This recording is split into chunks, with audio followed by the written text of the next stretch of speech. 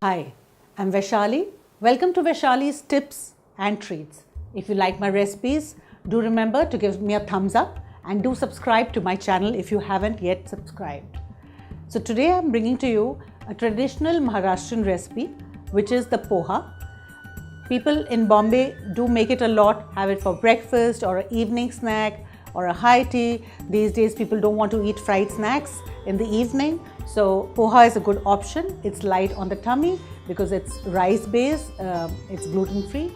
So let's look at how to go about this recipe, and I'm going to share the secret tip on how to get your poha perfect and right, because some people have a problem while they make poha, it gets coagulated together. So I'm going to teach you how to soak it properly as well. First, let's look at the ingredients that I'm going to use today.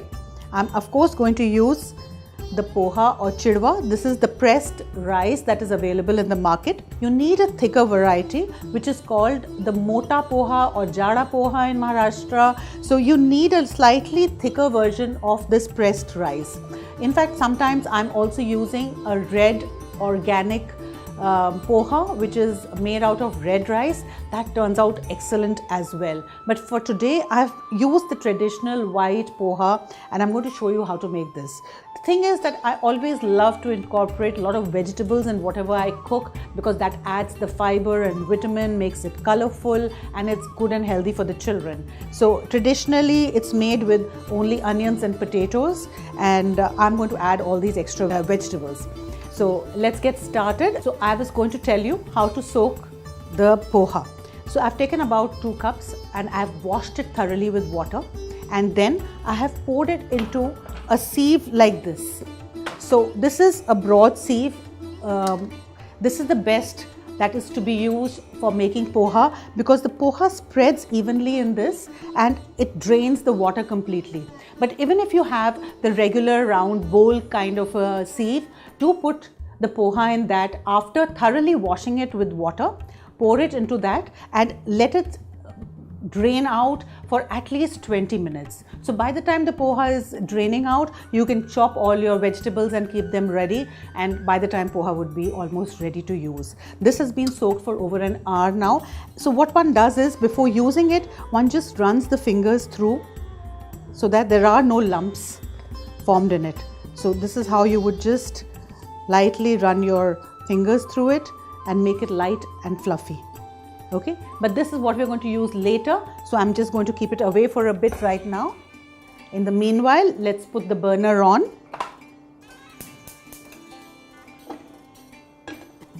So that was the secret tip on how to soak your poha and drain it completely in a broad sieve, and then run your fingers through it before using, so that it does not coagulate, right? So the burner is on and we're going to add the oil now. Let that heat up. When that heats, we're going to add the mustard seeds and the potatoes. So for the potatoes, let me drain the water. If you're using the potatoes immediately, then you do not need to put them in water. But even if you're keeping them for like 5 minutes, it's best to put water in it so that it doesn't turn black. So the oil is getting heated. Let's add some mustard seeds. I'm going to use a lot of curry patta, so I'll add some right now and some later. So right in the beginning, so that all the flavor of the curry patta comes into the oil, waiting for the mustard to splutter completely. Be careful, it's really hot and the seeds can sometimes fly high. Careful. Potatoes.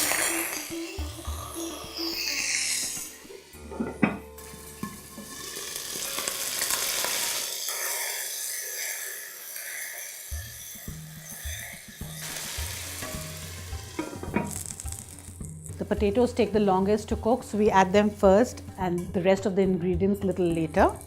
As you can see, the potatoes are getting a little pinkish.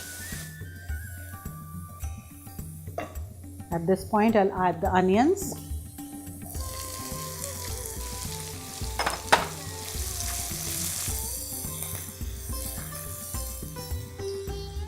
Capsicum.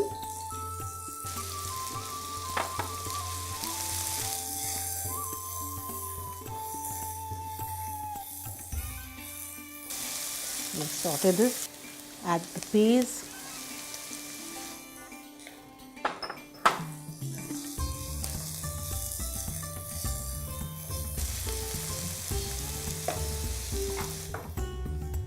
At this point, I'll add some salt.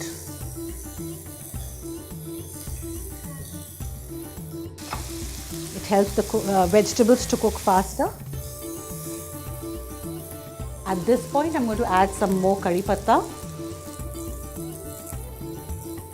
Smelling divine, absolutely refreshing. And the whole red chilies. Add the carrots. I have grated these. You can also use chopped carrots. Now I should add the turmeric, red chili powder according to your taste, and some salt.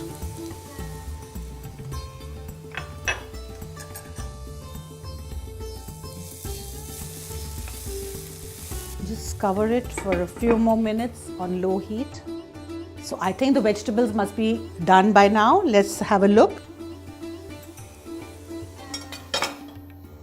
Yes, they look perfectly cooked through. Now the recipe is just going to take another 4-5 minutes and we are done. So this is the time to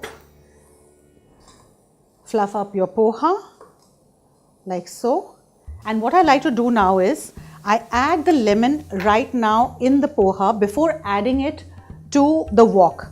So that is again another secret which I'm sharing with you, because a lot of times most people add the poha into the wok and then add the lemon at the end. So I add it right now. In this way we are kind of making sure that the poha doesn't stick to each other, right? So now we'll add the poha into this.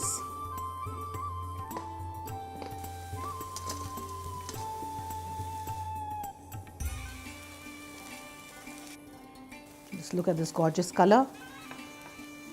The green peas and the carrots, everything looking lovely.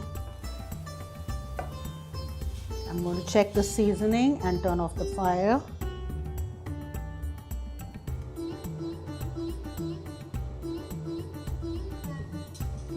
It's perfect and spicy.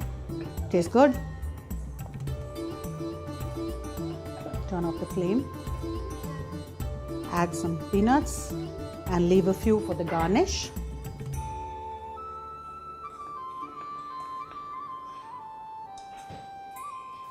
Like I always say, serve it in a beautiful dish. Feel good about what you have cooked. Here goes.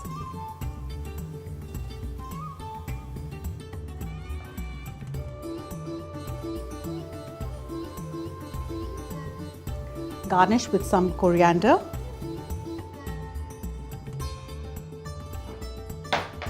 Lots of peanuts.